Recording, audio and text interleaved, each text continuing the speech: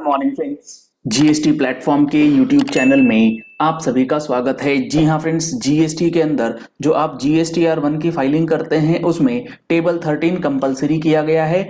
तो ये जो GSTR1 के अंदर टेबल 13 कंपलसरी किया गया है, इसको आप एज अ टैक्स पेयर कौन से टर्नओवर तक नहीं भरेंगे, या क्या है आपके लिए टर्नओवर की लिमिट। क्या ऐसी कोई टर्नओवर की लिमिट है जिसमें आपको टेबल 13 जो है वो कंपलसरी किया गया है, क्योंकि यहां पर बहुत ज्यादा कंफ्यूजन जो है टर्नओवर को लेके आ रहा है। तो जुड़े रहिएगा इस वीडियो के एंड तक, एक एक बात डिटेल में आपको समझ में आ जाएगी। और आपको ये समझ में आना चाहिए कि GSTR1 के अंदर ये टेबल वाइज या डॉक्यूमेंट वाइज समरी का जो टेबल है वो कब से और किन के लिए एप्लीकेबल है। यहां पर आप देख पा रहे हैं जो एक एडवाइजरी इशू करी गई थी, जिसकी डिटेल वीडियो हम लोगों ने आपके साथ शेयर किया था। उसके अंदर बहुत सारे लोगों की क्वेरीज आ रही थी कि क्या है इसके लिए टर्नओवर की लिमिट। कंफ्यूजन क्यों है?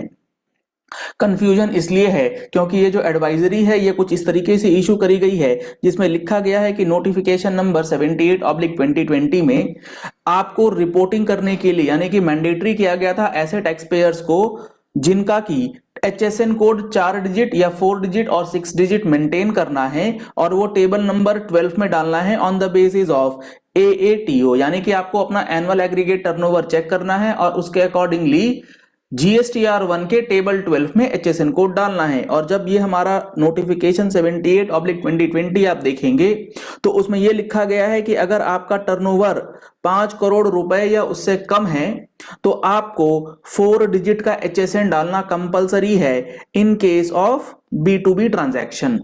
अगर आप B2C का ट्रांजैक्शन करते हैं तो ये आपके लिए कंपलसरी नहीं है, ये ऑप्शनल है।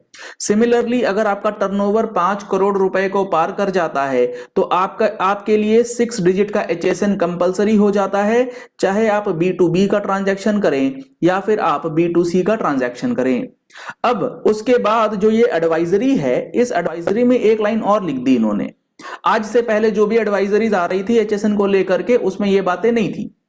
अब जो इस बार एडवाइजरी आई है इसमें इन्होंने लिखा है table 13 of GSTR1A is also being made mandatory for the tax payers from the said tax period.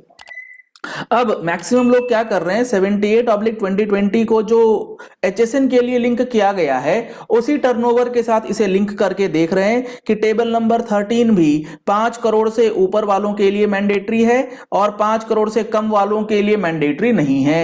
आपको मैं बिल्कुल क्लियरली बता दूं, ऐसा बिल्कुल भी नहीं है। टेबल नंबर 13 हर एक रेगुलर टैक्स पेयर, हर एक कैजुअल टैक्स पेयर, हर एक उस पर्सन के लिए जो सेक्शन 37 में GSTR1 या 1A फाइल करने के लिए लायबल है, उसके लिए मैंडेटरी है। आपका टर्नओवर 1 करोड़ हो, 2 करोड़ हो, 5 करोड़ हो, 50 करोड़ हो, 500 करोड़ हो, कोई फर्क उससे नहीं पड़ेगा। आपको टेबल नंबर 13 के अंदर जो अपना डॉक्यूमेंट का समरी है वो मैंडेटरी, जी हां फ्रेंड्स, मैंडेटरी रूप में डालना ही पड़ेगा। अब इसमें सवाल ये आता है कि सर इतने सारे डॉक्यूमेंट्स जो हैं वो मेंटेन कैसे किए जाएं। तो इसके लिए ना आपको एक बात का ध्यान रखना पड़ेगा कि ये डॉक्यूमेंट्स आपको पहली बार रखने के लिए नहीं कहा जा रहा है। जब से जुलाई 17 से GST लगा है तब से ये कानून बना हुआ है कि आपको क्या क्या डॉक्यूमेंट्स जो है वो मेंटेन करना है, और वो सारे के सारे डॉक्यूमेंट्स कंपलसरी टू मेंटेन हैं। जैसे फॉर एग्जांपल अगर हम लोग बात करते हैं कि आप एडवांस ले रहे हैं, और जब आप एडवांस लेते हैं तो एडवांस आप ले सकते हैं, हो सकता है कि आपने सर्विसेज सप्लाई करनी है या हो सकता है आपने गुड्स की सप्लाई करनी है, उसके लिए एडवांस लिया है। अगर आप सर्विसेज के लिए एडवांस ले रहे हैं तो सर्विसेज के ऊपर जो एडवांसेस आप लेते हैं उसमें आपको GST जो है इमीडिएटली पे करना होता है at the time of advance. बाद में आप सप्लाई करेंगे, टैक्स इनवॉइस बनाएंगे, उसका एडजस्टमेंट मिल जाएगा। लेकिन आपको रिसीट वाउचर जो है वो at the time of receiving advance जो है वो मैंडेटरी इशू करना है, टैक्स इनवॉइस भले ही बाद में कीजिए। तो ये कोई नया प्रोविजन नहीं है, ये आपको इमीडिएट इशू करना है और टेबल नंबर 13 में मैंडेटरी रूप में दिखाना पड़ेगा। मैंडेटरी हो गया है अब ये। सिमिलरली अगर गुड्स के लिए बात करें तो एडवांस अगर आपने गुड्स के लिए रिसीव किया है तो यहां पर एक बहुत बड़ी कंफ्यूजन ये है कि एडवांस के ऊपर GST तो नहीं पे करना इन केस ऑफ गुड्स, लेकिन क्या रिसीट वाउचर इशू करना है? The answer is yes. चाहे आप एडवांस रिसीव कर रहे हैं सर्विसेज के लिए या गुड्स के लिए, रिसिप्ट वाउचर आपको दोनों ही केस में इशू करना पड़ेगा। बहुत इंपॉर्टेंट पॉइंट आपको यह ध्यान में रखना होगा। और यही सारी बातें आपको जीएसटी के प्रोविजंस और रूल को पढ़ करके समझनी होंगी। तो आप अगर जीएसटी के रूल्स और सेक्शंस को डिटेल में समझना चाहते हैं तो आप जीएसटी के फुल कोर्स को ज्वाइन कर सकते हैं, जिसके लिए आप हमारा mobile application GST platform download कर सकते हैं। मोबाइल एप्लीकेशन आपको प्ले स्टोर पर अवेलेबल है। लिंक आपको वीडियो के डिस्क्रिप्शन बॉक्स में दिया गया है। कॉन्टैक्ट नंबर्स आपको स्क्रीन पर दिए गए। अगली बात आती है कि आपने आरसीएम का पेमेंट करना है। आरसीएम का पेमेंट किस चीज के लिए करना है? लेट सपोज आपने जीटीए की सर्विसेज ले रखी हैं। अब ये जो जीटीए है ये आपका रजिस्टर्ड पर्सन भी हो सकता है, ये आपका अनरजिस्टर्ड पर्सन भी हो सकता है। अगर ये रजिस्टर्ड पर्सन है और उसके रजिस्टर्ड पर्सन होने के बावजूद आप आरसीएम का पेमेंट कर रहे हैं तो क्या ये टैक्स इनवॉइस नहीं बनाएगा? ये टैक्स इनवॉइस बनाएगा ना। जब ये टैक्स इनवॉइस बनाएगा तो क्या आपको कोई इनवॉइसिंग एज अ रेसिपिएंट यानी कि सेल्फ इनवॉइसिंग करने की जरूरत है? नहीं, क्योंकि वो तो रजिस्टर्ड है, वो टैक्स इनवॉइस बना ही रहा होगा। लेकिन अगर आपका सप्लायर अनरजिस्टर्ड है और उस केस में जब आप आरसीएम पेमेंट करते हैं तो ये कोई टैक्स इनवॉइस तो बना करके देगा नहीं। तो इस केस में आपको बनाना होगा सेल्फ इनवॉइस, और इस सेल्फ इनवॉइस को आप टेबल नंबर 13 में मैंडेटरी रूप में डिक्लेयर करेंगे। तो इस तरीके से आपको एक एक डॉक्यूमेंट, एक एक डिटेल को समझना पड़ेगा। अब इसके बाद अगली बात करें, अगर हम लोग टैक्स इनवॉइसेस से रिलेटेड जो नॉर्मल आपकी B2B सप्लाईज हैं या फिर B2C की सप्लाईज हैं, क्या ये पूरा का B2B और B2C सबका डिटेल डालना है? The answer is yes. आपको टोटल टैक्स इनवॉइसेस की डॉक्यूमेंट डिटेल्स जो है वो GSTR1 में कंपलसरी फीड करना है। हो सकता है आप B2B के लिए सेपरेट सीरीज मेंटेन कर रहे हैं और B2C के लिए सेपरेट सीरीज मेंटेन कर रहे हैं, तो आपको series wise each and every series की जो डॉक्यूमेंट समरी है वो आपको टेबल 13 में इंक्लूड करनी है।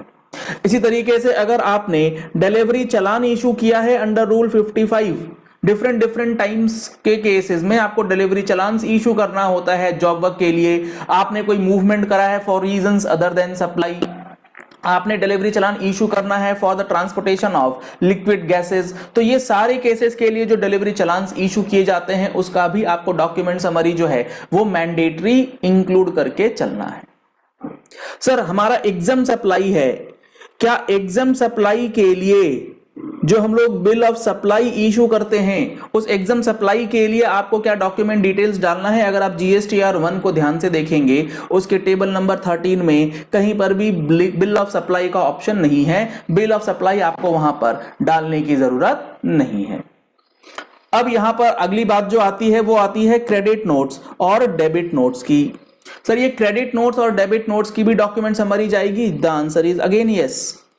आपने जो भी क्रेडिट नोट्स या डेबिट नोट्स इशू किए हैं अंडर सेक्शन 34 उसकी सारी की सारी डिटेल्स जो है वो आपको टेबल नंबर 13 में इंक्लूड करके चलनी है। हमने सर फाइनेंशियल क्रेडिट नोट दिया है जिसपे जीएसटी का कोई इंपैक्ट नहीं है, डिस्काउंट वगैरह का, तो आपको ये पता होना चाहिए कि फाइनेंशियल क्रेडिट नोट जो इशू किए जाते हैं these credit notes are not covered under section 34, तो वो आपको रिपोर्टिंग करने की भी जरूरत नहीं है। बेसिकली जो प्रोविजंस के अंदर बातें हैं आपको उसी को फॉलो करते हुए ये सारा डिक्लेरेशन, ये सारा का सारा डिटेल जो है वो मांगा गया है और आपसे बोला गया है कि ये मैंडेटरी रूप में अब आपको डिस्क्लोज करना ही होगा।